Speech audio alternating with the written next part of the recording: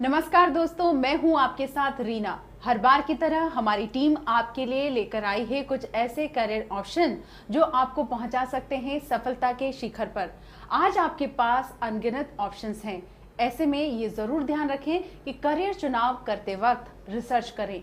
इस रिसर्च में हम आपकी मदद करते हैं और बताते हैं कि क्या हो सकता है आपके लिए सही करियर। तो चलिए चलते हैं हाइलाइट्स की ओर। जानेंगे ई लर्निंग के बारे में, देखेंगे मेंटरिंग के फायदे, देखेंगे कैंपस न्यूज, मिलेंगे करियर काउंसलर से। दोस्तों, इस बार करियर मंत्रा में हम आपको बताएंगे ई लर्निंग के बारे में। ई लर्निंग के द्वारा आप अपने घर बैठकर मोबाइल, टैबलेट, पीसी पर आराम से पढ़ाई कर सकते हैं।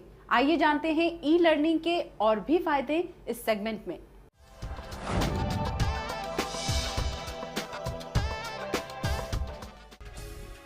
सन 1975 से भारत में टीवी के जरिए टेली एजुकेशन की शुरुआत की गई। पहली बार स्कूल और कॉलेज के विषय में परंपरागत किताबों और कक्षाओं के माहौल से बाहर निकलकर टीवी के जरिए रोचक तरीके से पढ़ने और पढ़ाने की एक नई तकनीक का इस्तेमाल किया गया। ई लर्निंग का कॉन्सेप्ट है is online education, electronic education. और कई बार जब ई लर्निंग की बात करते हैं तो हम सोचते हैं कि ये सिर्फ ऑनलाइन एजुकेशन को लेके है, लेकिन it is not just online education but electronic education.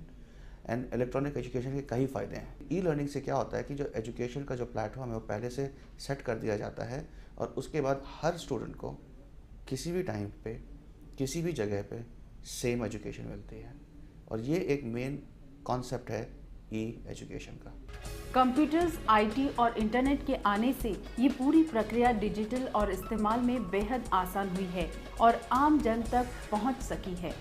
एक रिसर्च के मुताबिक 2015 तक भारत विश्व का दूसरा सबसे बड़ा इंटरनेट इस्तेमाल करने वाला देश बन जाएगा।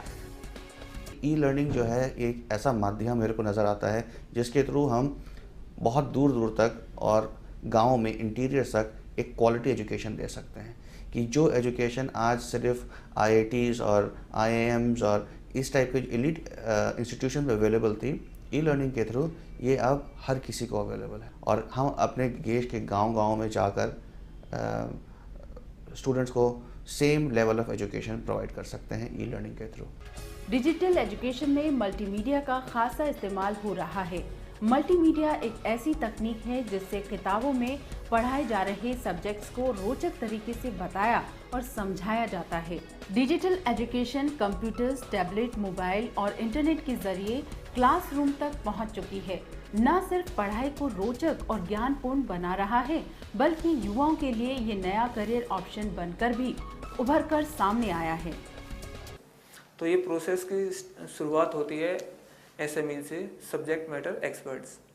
सो वो जिस भी सब्जेक्ट्स के टीचर हैं वो एक तरीके से टीचर ही होते हैं जो बस आपको विजुलाइज करते हैं इन स्टोरी बोर्ड।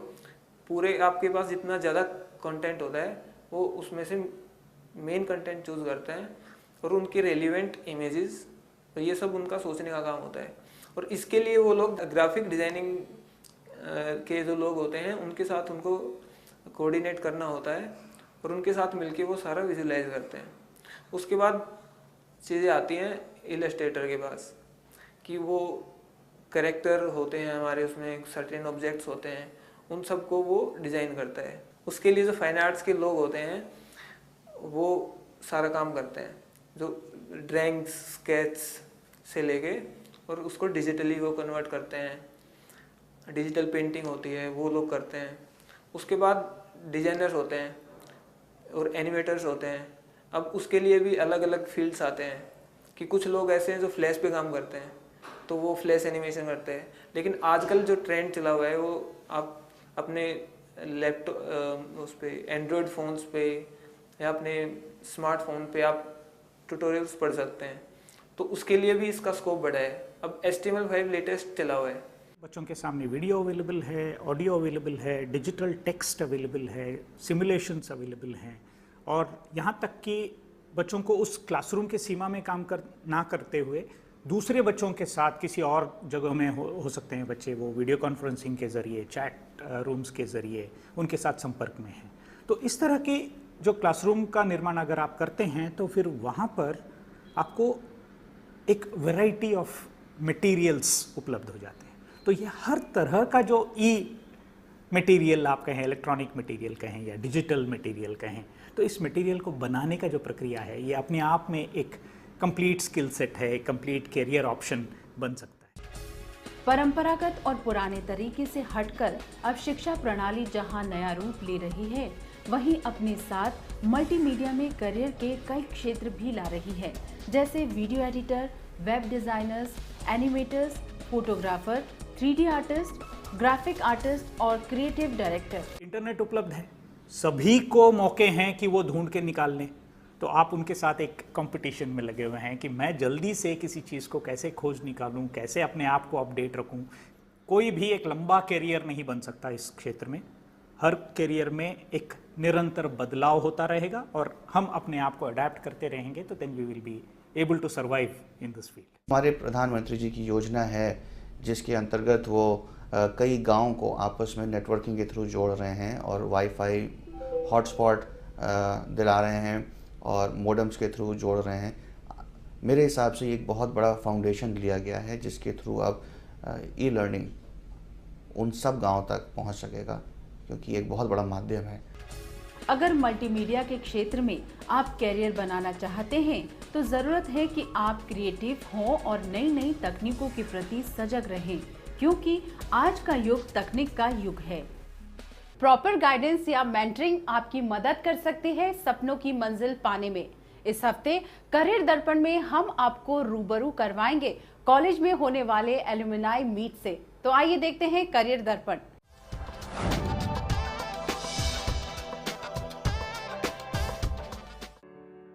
अपने चुने हुए कैरियर में सफलता पाने के लिए मेहनत से की गई पढ़ाई तो जरूरी है ही, साथ में ये भी आवश्यक है कि आपको अच्छी गाइडेंस प्राप्त हुई हो। ऐसे में मेंटर आपको रास्ता दिखाता है और मदद करता है आपके सपनों को साकार करने में। सीनियर स्टूडेंट्स हैं, वो एक मेंटर की तरह काम करते हैं। वो उनको ये बताते हैं कि हम इंस्टीट्यूट में थे तो कैसे फैसिलिटीज़ अवेलेबल थी, अब कैसे फैसिलिटी चेंज हो गई है। अगर आप कॉर्पोरेट में आएंगे तो आपको ये करना पड़ेगा, ये चीज़ें नहीं करनी पड़ेंगी, तो मेंटर का भी काम करते हैं। एजुकेशन इंस्टीट्यूट के लिए सबसे ज़रूरी चीज़ है industry exposure and industry support. और आज हमारे 16-17 साल 18 साल में पास आउट हुए कई लोग हैं जो डिसीजन मेकिंग पोजीशंस पर हैं, और इस तरह की मीटिंग्स, इस तरह की गैदरिंग्स जो करंट स्टूडेंट्स हैं उनको ना सिर्फ नेटवर्किंग अपॉर्चुनिटीज़ प्रोवाइड करती हैं, ना सिर्फ प्लेसमेंट अपॉर्चुनिटीज़ प्रोवाइड करती हैं, लेकिन बहुत एक लर्निंग एनवायरनमेंट देती हैं। जो लोग 15-15, 20-20 साल इंडस्ट्री में बिता चुके हैं वो लोग आके अपने एक्सपीरियंसेस शेयर करते हैं, और मेरे हिसाब से वो प्राइसलेस है स्टूडेंट्स के लिए। एलुमनाई मीट लगभग सभी कॉलेज में आयोजित होने वाला ऐसा इवेंट है जिसमें सारे एक्स स्टूडेंट्स या एलुमनाइज को आमंत्रित किया जाता है। एलुमनाइज अपने एक्सपीरियंस को साझा करते हुए यहाँ बताते हैं कि कॉलेज से लेकर सफलता की सीढ़ी तक कैसे पहुँचा जाए।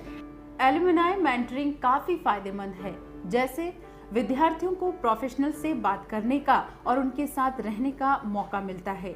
छात्र छात्राओं को कार्यक्षेत्र को देखने और समझने का अच्छा अवसर प्राप्त होता है। एलुमनाई मेंटर्स विद्यार्थियों को एकेडमिक प्रोग्राम के दौरान ही उनका उत्साहवर्धन करते हुए कैरियर गाइडेंस देते हैं। मेंटर्स कैरियर के अवसर तो प्रदान करते ही हैं, साथ ही मेंटर्स के अन्य लाभ भी लिए जा सकते हैं। एलुमनाई मीट का एक मुख्य उद्देश्य होता है कि वो सारे स्टूडेंट्स, विद्यार्थी जो यहाँ से MBA पास करके जाते हैं इंस्टीट्यूट छोड़कर, और फिर कुछ ही दिनों में बड़े बड़े ओहदों पर वो पहुँच जाते हैं कॉर्पोरेट वर्ल्ड में, उनका ताल्लुक, उनका लिंक वो इंस्टीट्यूट से बना रहे। और उसकी वजह यह है कि पहली बात तो ये अच्छा है कि हम अपने बच्चे जो हमारे यहाँ से पास हुए हैं, बड़े बड़े पोजीशन पे पहुँचे हैं, उनको हम जानें। दूसरी बात यह है कि बहुत कुछ वो इंस्टीट्यूट को अब दे सकते हैं। एलुमनाई मीट का पर्पज़ ये होता है कि जो स्टूडेंट्स पहले बैचेस से पास आउट होकर गए हैं वो कहाँ नौकरी कर रहे हैं या बिज़नेस कर रहे हैं, तो वो एक सालाना जब मिलते हैं तो एक नेटवर्किंग का मेन पर्पज़ रहता है कि नेटवर्किंग का वो फाइंड आउट करें। कॉलेज द्वारा आयोजित किए गए एलुमनी मीट्स बच्चों के लिए तो लाभदायक है ही, साथ ही कॉलेज मैनेजमेंट को कैंपस प्लेसमेंट कराने में भी मदद मिलती है। इसी बहाने एक्स स्टूडेंट्स भी कुछ पलों के लिए अपने कॉलेज के दिनों को याद कर पाते हैं। We organize every year the alumni meet to develop a greater ties with our alumni who have been growing and leading number of organizations. You'll find this alumni meet also. We have alumni from 1997 batch to 2014 batch. So it gives a great strength in terms of bonding with them and how their involvement in the growth of the institute. एक जो mentor mentee का relationship है उससे जो present students हैं जो अभी जाएंगे कॉर्पोरेट वर्ल्ड में, और काफ़ी के पास एक्सपीरियंस भी होता है, बट कुछ ऐसे भी होते हैं जो फ्रेशर्स भी होते हैं, बीटेक पास आउट्स, उनके लिए और एक्सपीरियंस वालों के लिए एक प्लेटफॉर्म मिलता है कि वो एक मेंटर मेंटी रिलेशनशिप अपने सीनियर्स के साथ बना सकें। तो उससे एक प्रैक्टिकलिटीज़ जो इंडस्ट्री में सीखते हैं, जो हमारे पुराने जो एलुमनाई हैं उनका वो सारी चीज़ें, वो एक्सपीरियंस आई थिंक जूनियर्स में पास ऑन होता है। एलुमनाई मीट में आए एक्स स्टूडेंट्स को लेक्चर्स देने के लिए बुलाया जाता है। स्पेशल लेक्चर्स के दौरान वो अपने एक्सपीरियंस, कॉलेज लाइफ आदि शेयर करते हैं। आज बच्चे वहाँ पढ़ रहे हैं, उनको आके वो लेक्चर देते हैं। स्पेशल लेक्चर्स ऑर्गेनाइज होता है जिसमें वो अपने एक्सपीरियंस के बारे में बताते हैं, इंस्टीट्यूट में जो उनका एक्सपीरियंस हुआ उसके बारे में बताते हैं, और जो कॉर्पोरेट वर्ल्ड में उन्होंने क्या सीखा और क्या कठिनाइयाँ उनके समक्ष आती हैं, उनका कैसे सामना करते हैं, उसका कैसे वो रास्ता निकालते हैं, इतनी समस्याओं का समाधान कैसे करते हैं, इसकी जानकारी जो उनका पर्सनल एक्सपीरियंस है, जो तजुर्बा है, वो तजुर्बे के बारे में वो हमारे स्टूडेंट्स को बताते हैं। जो स्टूडेंट्स अच्छी पोजीशन पर पहुंच गए हैं वो इंस्टीट्यूट में अब कंट्रीब्यूट करें, चाहे वो इंस्टीट्यूट में लेक्चर दें आकर के, चाहे वो इंस्टीट्यूट में कोई केस स्टडी डिस्कस करें या अपना एक्सपीरियंस शेयर डिस्कस करें। तो एक ये भी ऑब्जेक्टिव अलुमनाई मीट का, एक अलुमनाई मीट का ये भी ऑब्जेक्टिव है कि चूँकि सीनियर स्टूडेंट्स काफ़ी अच्छी पोजीशन में हैं तो वो समर ट्रेनिंग के लिए, फाइनल प्लेसमेंट के लिए वो भी हेल्प करें। कॉलेज द्वारा आयोजित किए गए ऐसे इवेंट्स युवाओं के लिए खासा मददगार साबित होते हैं, क्योंकि ये आपको आने वाले कॉर्पोरेट वर्ल्ड से भी रूबरू करवाते हैं। जानेंगे और भी करियर ऑप्शंस के बारे में, लेकिन इससे पहले लेते हैं एक छोटा सा break.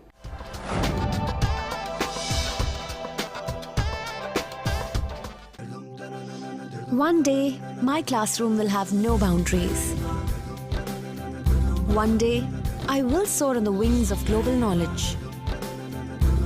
One day, I will be surrounded by ideas from across the world. One day, I will make our world a better place. One day, I will be at Sharda University. The world is here at Sharda University. Where are you?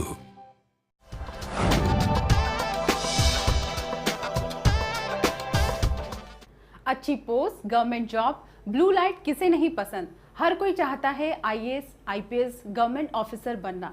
आप भी civil service की तैयारी करके सफलता पा सकते हैं और अपने सपने साकार कर सकते हैं।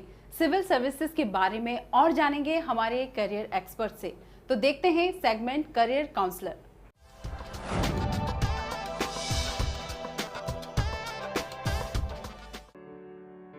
यूपीएससी प्रीलिम्स का रिजल्ट आ चुका है।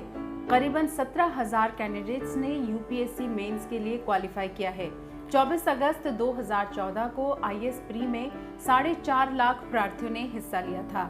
यूपीएससी मेंस की परीक्षा 14 दिसंबर को होने वाली है। उम्मीदवारों के लिए 1 महीने से भी कम का समय बचा है। ऐसे में जरूरत है लास्ट मोमेंट प्रिपरेशन की। समय कम है, इस हिसाब से बहुत सुनियोजित और रणनीतिक आधार पर तैयारी करनी होगी, जिसमें मैं उनको ये सलाह दूंगा कि वे ज़्यादातर कोशिश ये करें कि कुछ बहुत ही महत्वपूर्ण वेबसाइट्स हैं, जैसे कि प्रेस इंफॉर्मेशन ब्यूरो की वेबसाइट है, मिनिस्ट्री ऑफ एक्सटर्नल अफेयर्स की वेबसाइट है, यूनाइटेड नेशंस की वेबसाइट है, डीओपीटी की वेबसाइट है, इन फोकस नाम की एक वेबसाइट है। इन तमाम वेबसाइट्स पर जा करके पिछले 4-6 महीने, साल भर के जो डेवलपमेंट्स हैं उनको लेकर के खुद नोट्स बनाएं। जो भी न्यूज़पेपर, मैगजीन और करंट अफेयर से जुड़े हुए एरियाज हैं उस पर अपनी तैयारी करें और खुद से अपने नोट्स बना करके पिछले 1 साल का करंट एनालिटिकल पोर्शन तैयार करें। 14 दिसंबर को होने वाले यूपीएससी मेंस में जो कैंडिडेट्स पास होंगे वो आगे पीआई यानी पर्सनल इंटरव्यू राउंड के लिए जाएंगे। पीआई प्रार्थियों की एबिलिटी को जांचने के लिए किया जाता है। यूपीएससी मेंस की परीक्षा देने वाले स्टूडेंट्स को पीआई की तैयारी भी अभी से ही करके रखनी चाहिए। यूपीएससी की तैयारी एक सतत तैयारी है, यानी कि जो इंटरव्यू है वो आपका पर्सनैलिटी असेसमेंट है। आपसे ये अपेक्षा की जाती है कि एक प्रशासक के तौर पर, एक सिविल सेवा के अधिकारी के तौर पर आप समस्याओं को किस प्रकार से परीक्षण करेंगे, उनका किस प्रकार विश्लेषण करेंगे और किस प्रकार उसका समाधान खोजेंगे। क्योंकि अगर आप समस्या का समाधान नहीं है तो आप स्वयं में समस्या है। इसलिए सिर्फ समस्या को निर्धारित करना पर्याप्त नहीं है, उसका समाधान खोजना, उपलब्ध संसाधनों में स्थानीय स्तर पर कैसे उसको दूर किया जाए, इसकी विश्लेषणात्मक क्षमता एक प्रशासक के अंदर होनी चाहिए। कि सिविल सेवा की तैयारी उस दिन से शुरू हो जाती है जब आप पहले दिन अपने शिक्षा का कार्यक्रम प्रारंभ करते हैं। अब समय है केवल रिवीजन का। जो कुछ पुराना आपने पढ़ा है उसका लिखकर अभ्यास करें, क्योंकि यूपीएससी मेंस की परीक्षा एमसीक्यू पर आधारित नहीं है, तो जरूरत है लिखकर प्रैक्टिस करने की। जो पिछला कुछ आपने पढ़ा है उसको दोहरा सकते हैं, कुछ जो नया है उसको जोड़ सकते हैं। लेकिन अगर आप ये सोचें कि अब हम सिविल सेवा का पाठ्यक्रम तैयार करके पढ़ करके मुख्य परीक्षा में सफल हो जाएंगे, तो ये संभव नहीं है। इसके लिए ज़रूरत इस बात की है कि उन्होंने जो भी कुछ पढ़ा है उसको अद्यतन करें, अपडेट करें, और जो भी कुछ उन्होंने सीखा है उसको कम से कम शब्दों में लिखने का अभ्यास करें। क्योंकि इसमें आप स्वयं परीक्षक के सामने नहीं जाएंगे, इसमें आपकी उत्तर पुस्तिका जाएगी। जो कुछ आपने लिखा है उसके माध्यम से आपके ज्ञान का, आपके कौशल का मूल्यांकन होगा। यूपीएससी की सिविल सर्विस परीक्षा में पिछले सालों की तुलना में कुछ बदलाव किए गए हैं। सिलेबस में किए गए बदलाव के बारे में जानेंगे हमारे कैरियर एक्सपर्ट से। सिविल सर्विस एग्जामिनेशन 2014 यूपीएससी जो कंडक्ट कराती है, उसमें जो बदलाव किए गए हैं वो ये हैं कि जनरल स्टडीज में पहले 2 पर्चे होते थे, अब उसकी जगह 4 पेपर्स हैं। और पहले हर स्टूडेंट को 2 ऑप्शनल सब्जेक्ट रखने होते थे, अब 1 रखना है। यानी कि अब ज़्यादा से ज़्यादा फोकस जनरल स्टडीज़ पर करना होगा। सामान्य अध्ययन के जो पर्चे हैं उनमें जो 2 नए पर्चे जोड़े गए हैं उसमें ज़्यादा महत्वपूर्ण है एक जिसको हम कहते हैं ethics and honesty and integrity का पेपर, दूसरा जिसमें world history, heritage and culture, ये पेपर जो है वो जोड़ा गया है। बाकी जो पेपर्स हैं उसमें एक ऑप्शनल सब्जेक्ट है, एक ऐसे या निबंध का पर्चा है और एक लैंग्वेज का पेपर है। ये पहले की तरह से है। मेंस की परीक्षा में मात्र कुछ दिनों का वक्त बचा है। ऐसे में प्लानिंग के साथ की गई पढ़ाई आपको खासा मदद करेगी पीआई राउंड तक पहुंचने में। इस बार कैंपस न्यूज में हम आपको ले चलेंगे कॉलेज कैंपस में, जहां हुआ मैराथन का आयोजन। आइए देखते हैं ये सेगमेंट।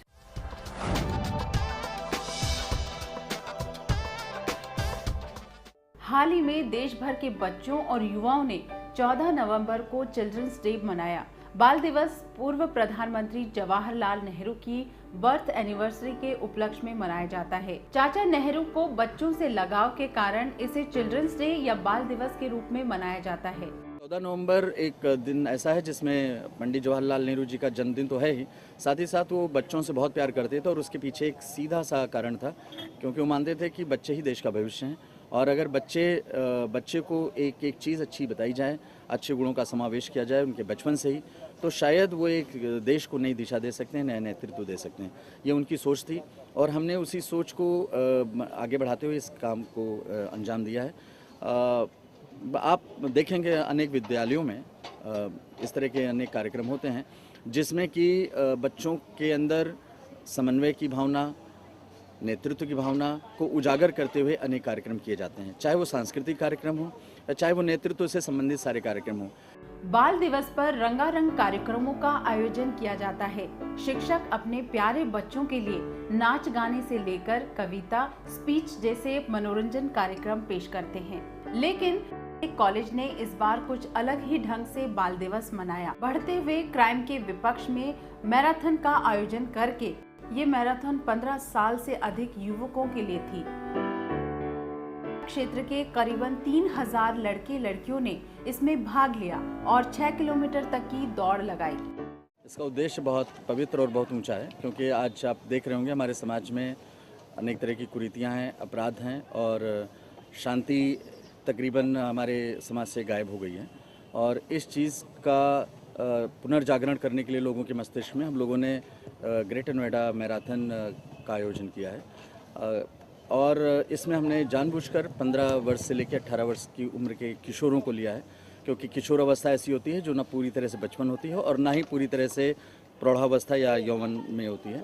तो उनको इस समय जो चीज़ें समझ में आएंगी, मुझे उम्मीद है या हम सभी को उम्मीद होती है कि वो आगे आने वाली पूरी पीढ़ी को आगे लेके जाएंगे और पूरे समाज को एक तरह से समझा पाएंगे उस चीज़ को जिसके लिए हमने इस दौड़ को आयोजित किया है। चिल्ड्रंस डे जो 14 नवंबर को हम लोग सेलिब्रेट कर रहे हैं, today is even a birth anniversary of honourable prime minister doctor Pandit Jawaharlal Nehru. And children's day में ओवरऑल चिल्ड्रंस के फ्यूचर से रिलेटेड, और चिल्ड्रंस ही is a future of whole India, so that's why this day is celebrated in order to pay everything to the children's, right from energy, right from promotion type of activity, even participation in any types of cultural and sports activity. तो इसमें children's को पूरा मौका मिलता है कि वो children's आएँ और आके पार्टिसिपेट करें और अपने वर्थ को वो प्रूव करें। चिल्ड्रंस डे का यही मतलब है कि उनको सारी छूट दी जाए और अपनी तरह से वो उसमें पार्टिसिपेशन करके फाइनली एक गोल सेट करें और फिर फ्यूचर में वैसा स्टडी करें, एजुकेशन पाएँ and then get job in future. Motive यही था कि क्राइम को कम करना, एक ये कह सकते हैं कि जागरूकता फैलाना, लोगों में जागरूकता फैले। क्राइम आजकल काफ़ी बढ़ चुका है, उस चीज़ से रिलेटेड ये चीज़ था और काफ़ी इसमें फ़ायदा भी हुआ, काफ़ी लोगों ने पार्टिसिपेट किया। मैराथन जैसे इवेंट्स न केवल आपकी सेहत के लिए फायदेमंद है, बल्कि आपको सोशल क्वालिटीज जैसे कंपटीशन, यूनिटी, मोटिवेशन आदि भी सिखाते हैं। इन इवेंट्स के सहारे आप मैनेजमेंट के गुण भी सीख सकते हैं। और ये हमारी नैतिक और मौलिक जिम्मेदारी बनती है कि हम अपने बच्चों के अंदर एक नवीन शिक्षा का ज्ञान संचार करें, उन्हें पहले से ही समाज के साथ में जोड़ करके रखें और उन्हें वो सारी चीज़ें हम समझाएं जो जिससे हमारा एक देश समृद्ध राष्ट्र के रूप में आगे जा कर के स्थापित हो सके। इसीलिए बच्चों को इसमें पूरी तरीके से उनको निमंत्रण भेजा गया था और हमारे इस प्रोग्राम में 100 से ज़्यादा इंस्टीट्यूट के बच्चे, चाहे वो प्राइवेट सेक्टर के हों चाहे वो पब्लिक सेक्टर के हों, और सारे बच्चों ने बहुत ही अच्छी तरीके से इसमें अपना पार्टिसिपेट किया है, अपना योगदान दिया है। ये कभी नहीं समझना चाहिए हम कंपटीशन के लिए दौड़ रहे हैं। उनके लिए जो कंपटीशन तो है, एक लेवल का कंपटीशन है, लेकिन जहाँ बच्चे हर टाइम पढ़ते ही रहते हैं, इतना मेंटल स्ट्रेस हो गया है, उनको थोड़ा सा ये मिलता है कि हाँ वहाँ मैराथन हो रही है तो हमें इतना एटलीस्ट शाम को 15 मिनट के लिए ही वॉक के लिए निकल गए या रनिंग के लिए निकल गए, उससे कंपटीशन भी मिलता है और उनकी हेल्थ के लिए बहुत अच्छा। बातें चाहे मैराथन की हो या फिर आपके स्कूल कॉलेज द्वारा ऑर्गेनाइज किए गए किसी और इवेंट की, उसमें हमेशा आगे बढ़कर हिस्सा लिया जाना चाहिए। लेते हैं एक छोटा सा विराम, मिलते हैं ब्रेक के बाद।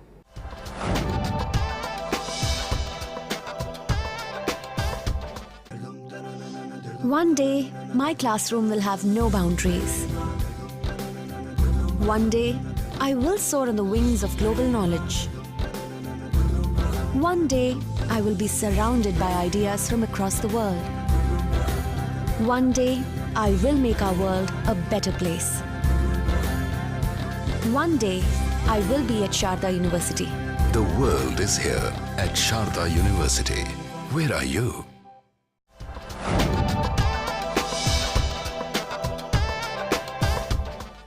अब समय हो चला है आपके पसंदीदा सेगमेंट एम्प्लॉयमेंट न्यूज का। इस सेगमेंट में हम आपके लिए देश भर से लाते हैं रोजगार के अवसर, जहां आवेदन करके आप अपना भविष्य उज्जवल बना सकते हैं।